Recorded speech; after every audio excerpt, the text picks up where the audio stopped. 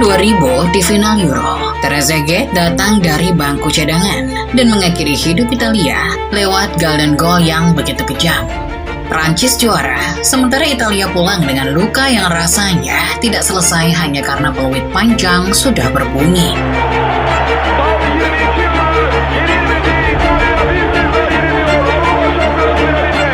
6 tahun berlalu, panggung berubah menjadi final Piala Dunia 2006 di Berlin.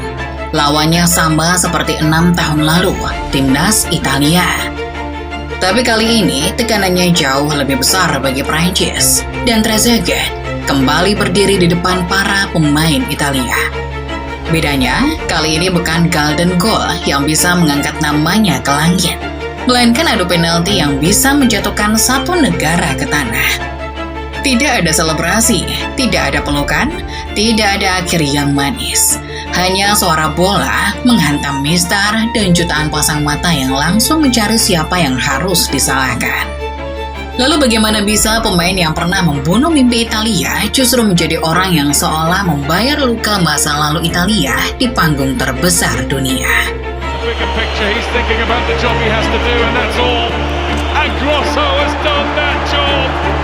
The kick that means Italy win the World Cup in 2006.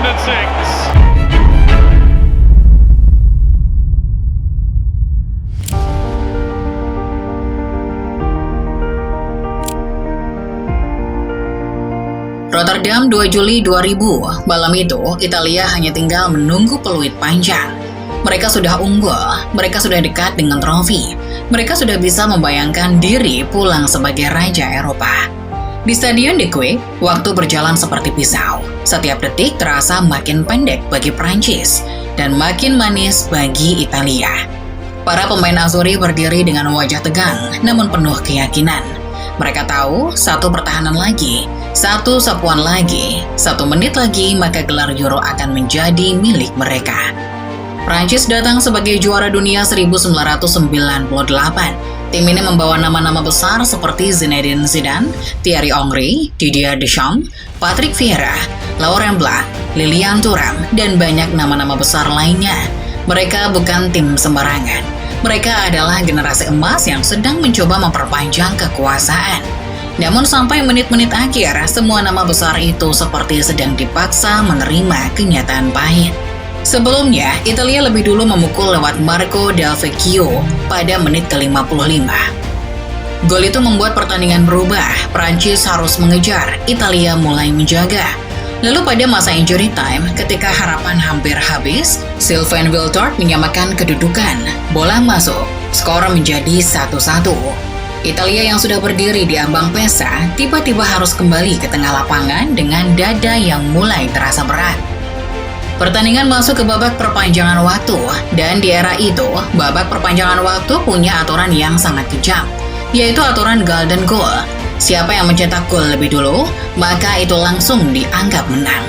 Disitulah David Trezeguet mulai berjalan menuju takdir pertamanya. Dia bukan pemain yang harus selalu terlihat selama 90 menit. Trezeguet punya cara bermain yang berbeda. Ia tidak perlu banyak gaya, tidak perlu membawa bola terlalu lama, tidak perlu membuat stadion terpukau dengan dribble panjang. Trezeguet hidup dari momen kecil. 1 ruang kosong, 1 bek yang terlambat setengah langkah, 1 sentuhan yang cukup untuk mengubah pertandingan. Itulah kejamnya striker murni. Ketika tidak mendapat bola, mereka terlihat hilang. Ketika bola datang, mereka bisa langsung menjadi sejarah. Menjelang menit ke-103, Robert Pierre bergerak dari sisi kiri. Ia melewati ruang yang mulai ditinggalkan pemain Italia. Pierre mengirim bola ke kotak penalti. Bola itu datang tidak terlalu rendah, tidak terlalu tinggi. Cukup sulit untuk dikontrol, tetapi cukup sempurna untuk seorang pembunuh kotak penalti. Trezeguet menyambutnya dengan sepakan keras. Kaki kirinya menghantam bola, tidak banyak sentuhan, tidak banyak waktu berpikir, hanya insting, hanya keberanian. Hanya satu keputusan cepat di tengah pertandingan yang bisa berhenti kapan saja. Bola melesat ke sudut atas gawang Italia. Francesco Toldo tidak mampu menjangkaunya, dan pertandingan selesai. Prancis juara Euro 2000, tidak ada peluang balasan, tidak ada ruang bagi Italia untuk membantah takdir. Begitu bola itu masuk, semuanya langsung berakhir. Di satu sisi lapangan, pemain Prancis berlari seperti orang yang baru diselamatkan dari jurang. Mereka saling berpelukan. Mereka jatuh ke rumput. Mereka sadar bahwa gelar terbesar kedua bagi Prancis ini baru saja datang hanya 2 tahun setelah Piala Dunia 1998. Sebuah pencapaian yang membuat generasi itu terasa makin sempurna. Namun di sisi lain, Italia terdiam. Mereka tidak kalah karena bermain buruk. Mereka kalah ketika trofi sudah sangat dekat. Mereka kalah oleh aturan paling menyakitkan. Dan lebih pedih lagi, mereka kalah oleh pemain pengganti. Karena Trezeguet datang dari bangku cadangan, menyentuh pertandingan pada saat paling menentukan. Lalu merobek malam Italia tanpa memberi mereka kesempatan bernapas. Sejak malam itu, namanya punya tempat khusus dalam ingatan sepak bola Prancis. Trezeguet adalah pahlawan dan anak muda yang tidak gentar ketika pertandingan berubah menjadi perang mental. Bagi Prancis, sepakan itu adalah kebahagiaan. Bagi Italia, sepakan itu adalah luka yang ditanam dalam-dalam. Luka seperti ini tidak selalu terdengar setelah pertandingan selesai. Kadang tidak muncul dalam konferensi pers, dan kadang tidak disebut sebagai dendam. Namun dalam sepak bola, ada kekalahan yang tetap hidup selama bertahun-tahun. Italia membawa Luka Rotterdam, Prancis membawa legenda Trezeguet. Dua negara itu berpisah dengan ingatan yang sama, namun rasa yang berlawanan.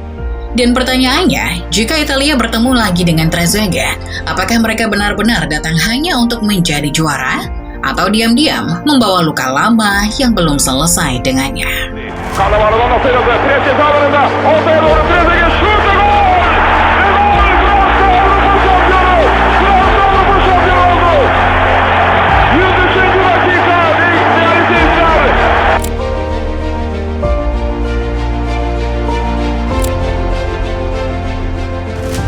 Setelah malam di Rotterdam, David Trezeguet punya satu tempat khusus dalam sejarah Prancis.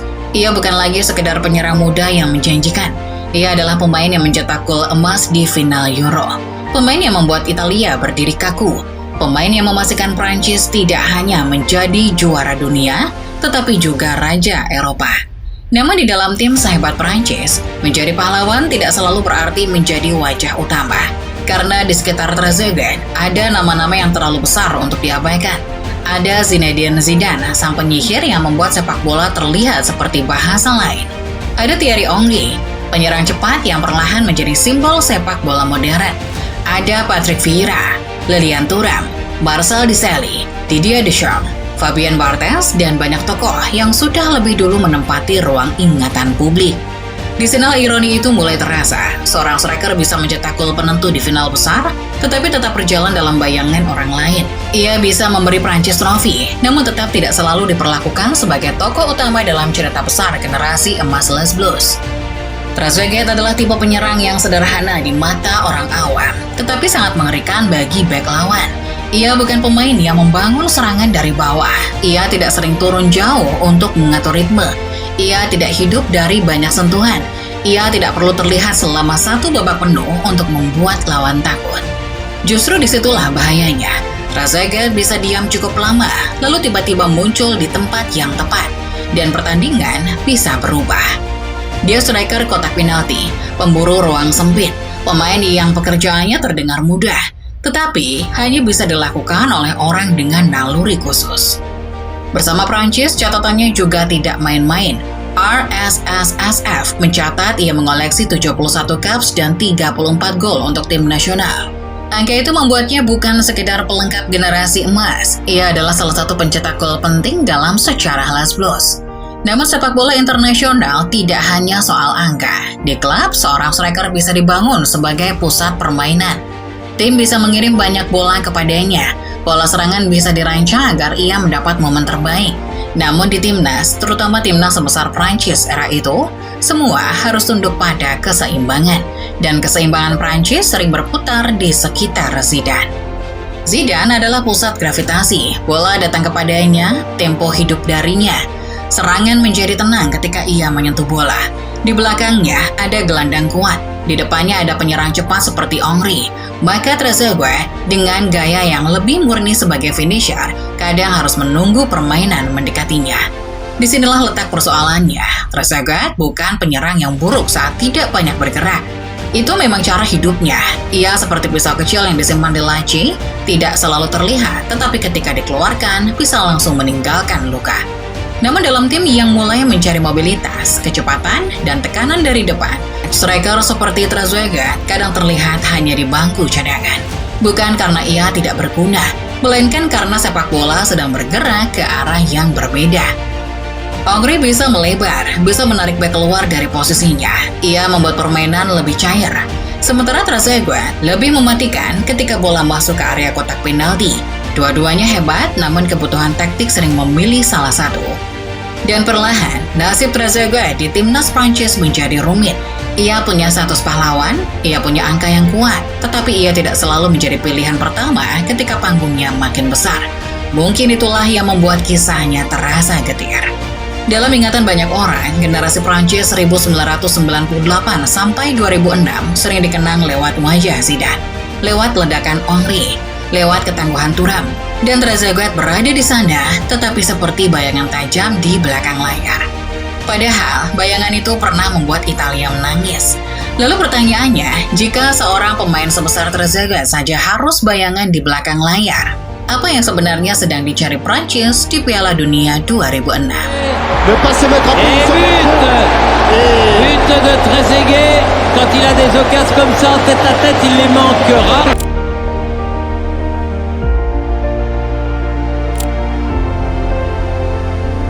Jerman 2006, Prancis datang dengan wajah berbeda dari masa kejayaannya. Mereka masih membawa nama-nama besar, masih punya pemain kelas dunia, dan masih dihormati lawan. Namun aura mereka tidak lagi semudah 1998 dan tidak lagi seganas Euro 2000. Generasi itu mulai menua. Zidane sudah pernah mundur dari tim nasional, lalu kembali karena Prancis masih membutuhkan sentuhannya. Thuram, Vieira, Makelele, Barthez, dan beberapa nama senior lain seperti sedang berjalan menuju bab terakhirnya. Di depan, Thierry Henry menjadi pilihan utama. Kecepatan, mobilitas, dan kemampuannya bergerak ke banyak ruang membuatnya lebih cocok dengan bentuk permainan Prancis saat itu. Sementara David Trezeguet berada dalam posisi yang berbeda. Walaupun dia masih menjadi striker elit, masih tajam, dan masih punya nama besar. Namun di Piala Dunia 2006, panggung tidak lagi dibangun untuknya sejak awal. Pahlawan Euro 2000 itu kini harus menunggu. Perjalanan Prancis di fase grup tidak langsung meyakinkan. Mereka membuka turnamen dengan hasil 0-0 melawan Swiss, lalu bermain imbang 1-1 melawan Korea Selatan. 2 pertandingan, 2 hasil seri. Untuk tim dengan sejarah sebesar Prancis, itu bukan awal yang baik. Orang-orang bertanya apakah generasi ini sudah benar-benar terlalu tua? Apakah Zidane masih bisa memimpin? Apakah Henry bisa menjadi pembeda? Apakah Prancis hanya datang ke Jerman dengan nama besar, sementara kekuatannya sudah tinggal kenangan? Kemudian di laga terakhir fase grup melawan Togo, Prancis harus menang. Mereka akhirnya lolos setelah menang 2-0. Namun bahkan dalam kemenangan itu, ada satu detail penting yang terlihat. Zidane tidak bermain karena akumulasi kartu. Jadi walaupun tanpa pusat permainannya, Prancis tetap menemukan jalan keluar, tetapi aura mereka belum sepenuhnya meyakinkan. Setelah fase grup, sesuatu berubah. Babak 16 besar melawan Spanyol menjadi titik balik. Spanyol saat itu datang dengan percaya diri tinggi. Mereka punya generasi muda yang berani. Bahkan sebelum laga, ada rasa seolah Prancis akan dipaksa menyerahkan panggung kepada era baru. Namun yang terjadi justru sebaliknya. Prancis menang 3-1. Ribéry mencetak gol penting. Vieira ikut menghukum Spanyol. Zidane menutup laga dengan gol yang terasa seperti pesan bahwa orang tua ini belum selesai. Dari sana, Prancis mulai menemukan wajah lamanya. Mereka tidak selalu cepat, tidak selalu indah, namun mereka tahu cara mengontrol pertandingan besar. Lalu di perempat final, datang Brasil. Ini bukan Brasil biasa, mereka datang sebagai juara dunia 2002. Membawa nama-nama seperti Ronaldinho, Ronaldo, Kaká, Roberto Carlos, dan nama-nama yang terdengar seperti daftar bintang iklan sepak bola dunia. Di atas kertas, Brasil punya kilau yang lebih terang. Namun di lapangan, Zidane membuat pertandingan seperti berada di telapak kakinya. Dia tidak berlari paling cepat, tidak terlihat paling kuat, namun setiap sentuhan membuat Brasil gelisah. Prancis menang 1-0 lewat gol Thierry Henry setelah menerima bola dari tendangan bebas Zidane. Gol itu penting, tetapi yang lebih penting adalah pesan di baliknya. Prancis belum mati. Setelah Spanyol dan Brasil, Portugal menunggu di semifinal. Pertandingan berjalan sengit, tidak banyak ruang, tidak banyak kesalahan. Namun pada akhirnya, Zidane mencetak gol lewat penalti. Prancis menang 1-0 dan tiket final akhirnya didapat. Dan di tengah perjalanan itu, Trezeguet semakin terlihat seperti pemain yang menunggu panggilan. Dia bukan pusat permainan, bukan tokoh yang paling banyak dibicarakan. Tapi Trezeguet tetap ada, namun keberadaannya seperti senjata di balik pintu. Di titik ini, nasib Trezeguet terasa semakin ironis karena 6 tahun sebelumnya Prancis membutuhkan satu sentuhan darinya untuk menjadi juara Eropa. Tapi kali ini Prancis berjalan ke final dengan Trezeguet yang lebih sering berada di pinggir cerita. Namun di balik kisah itu, Trezeguet pernah menjadi mimpi buruk Italia di Rotterdam dan kini di final lawan yang sama, Italia. Tapi panggungnya lebih besar, taruhannya lebih berat, dan luka lama mulai terasa seperti sedang membuka mata. Pertanyaannya, ketika Prancis dan Italia akhirnya bertemu lagi di final, apakah Trezeguet datang sebagai kartu penyelamat atau sebagai pemain yang sedang berjalan menuju malam paling menyakitkan dalam hidupnya? Финальный свисток возвещает о том, что сборная Франции выходит в финал чемпионата мира. Французы, которые в матчах плей-офф выигрывают все свои поединки в основное время.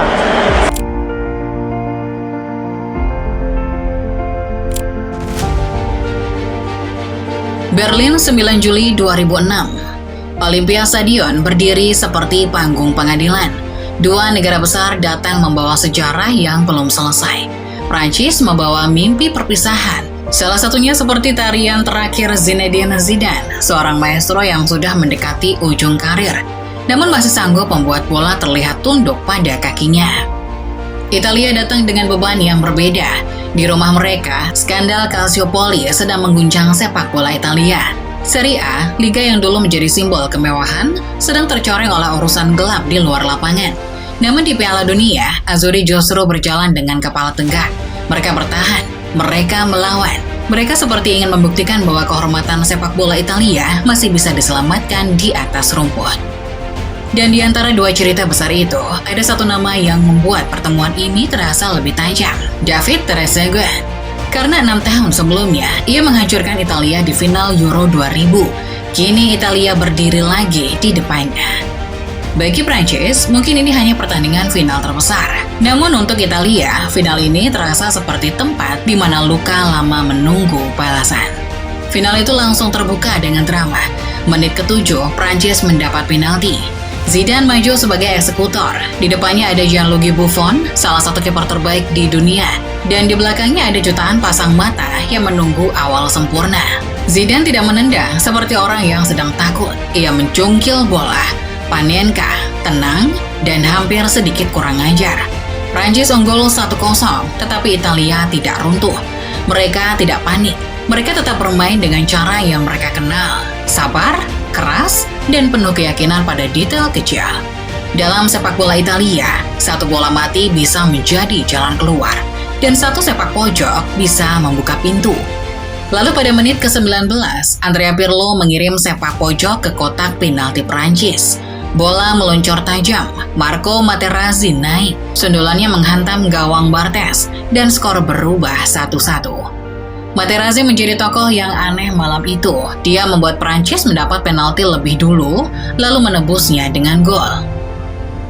Setelah gol itu, final berubah menjadi perang napas. Tidak banyak ruang, tidak banyak kebebasan.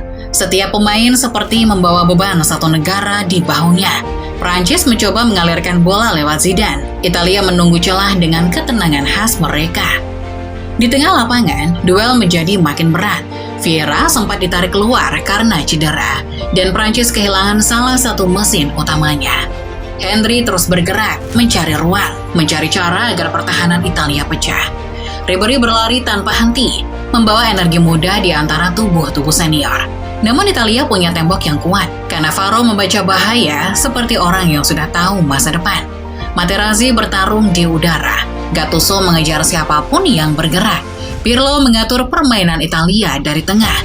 Dan di belakang semuanya, Buffon berdiri dengan ketenangan yang membuat gawang Italia terasa lebih kecil dari biasanya. Kemudian laga berjalan sampai babak perpanjangan waktu. Disinilah Prancis hampir mendapatkan akhir yang sempurna. Zidane mendapat peluang lewat sundulan jarak dekat. Bola mengarah berbahaya. Untuk beberapa detik, seolah dunia siap melihat sang maestro menutup karir internasional dengan gol kemenangan di final Piala Dunia. Nama Buffon menepis bola itu keluar. Penyelamatan itu bukan sekedar aksi kiper. Itu seperti penolakan terhadap dongeng yang terlalu indah. Zidane belum diizinkan menjadi pahlawan terakhir, dan Prancis belum diizinkan pulang dengan cerita yang rapi. Lalu pertandingan pecah oleh satu momen yang sampai hari ini masih terasa sulit dipercaya. Zidane menanduk dada Materazzi. Wasit mengeluarkan kartu merah. Zidane keluar dari lapangan pada menit ke-110. Pemain yang membawa Prancis ke final, pemain yang menghidupkan permainan mereka, harus meninggalkan panggung sebelum cerita selesai. Prancis kehilangan pemimpin di saat paling genting. Dan dalam kekosongan itu, Trezeguet sudah berada di lapangan. Ia masuk menggantikan Ribéry. Pilihan itu masuk akal saat kaki mulai berat, saat ruang makin sempit. Prancis membutuhkan seorang penyelesai. Mereka membutuhkan pemain yang bisa memanfaatkan satu bola terakhir. Namun situasinya sangat berbeda dari Rotterdam. Di Euro 2000, ia masuk dan menemukan momen untuk membunuh pertandingan. Di Berlin, ia masuk ke dalam laga yang sudah terlalu penuh dengan tekanan dan juga tidak ada gol dan gol di sini. Lalu final Piala Dunia ini bergerak menuju sesuatu yang jauh lebih kejam, yaitu babak adu penalti. Dan sepak bola yang sejak awal malam sudah menyiapkan banyak kebetulan, seperti sedang menuntun Trezeguet ke tempat yang sangat familiar, kotak penalti. Dan pertanyaannya, apakah kaki yang pernah memberi Prancis gelar Eropa masih bisa menyelamatkan mereka di Berlin? Atau justru akan menjadi awal dari luka yang tidak pernah benar-benar sembuh? That's the end of overtime. Buffon on the line.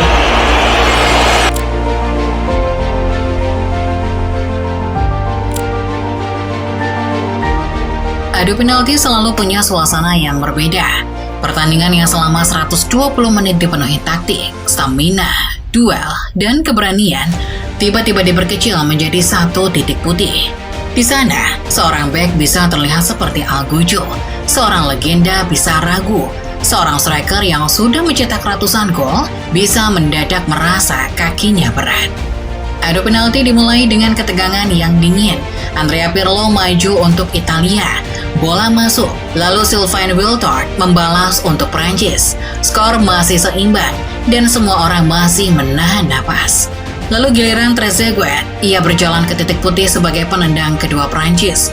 Langkahnya tampak tenang, tetapi mustahil tidak ada badai di dalam kepalanya. Di hadapannya berdiri Gianluigi Buffon. Di belakangnya jutaan orang Prancis menggantungkan harapan. Dan di masa lalunya ada Italia. Italia yang pernah ia lukai. Italia yang 6 tahun sebelumnya dibuat tak berdaya oleh satu sepakan kaki kirinya.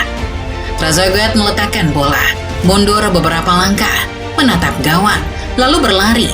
Sepakannya keras mengarah ke tengah atas. Buffon tidak menyentuh bola itu, lalu bola menghantam mistar gawang. Dalam 1 detik, tubuh Trezeguet seperti kehilangan tenaga. Ia tidak perlu berteriak, tidak perlu menjelaskan, semua orang sudah tahu apa artinya.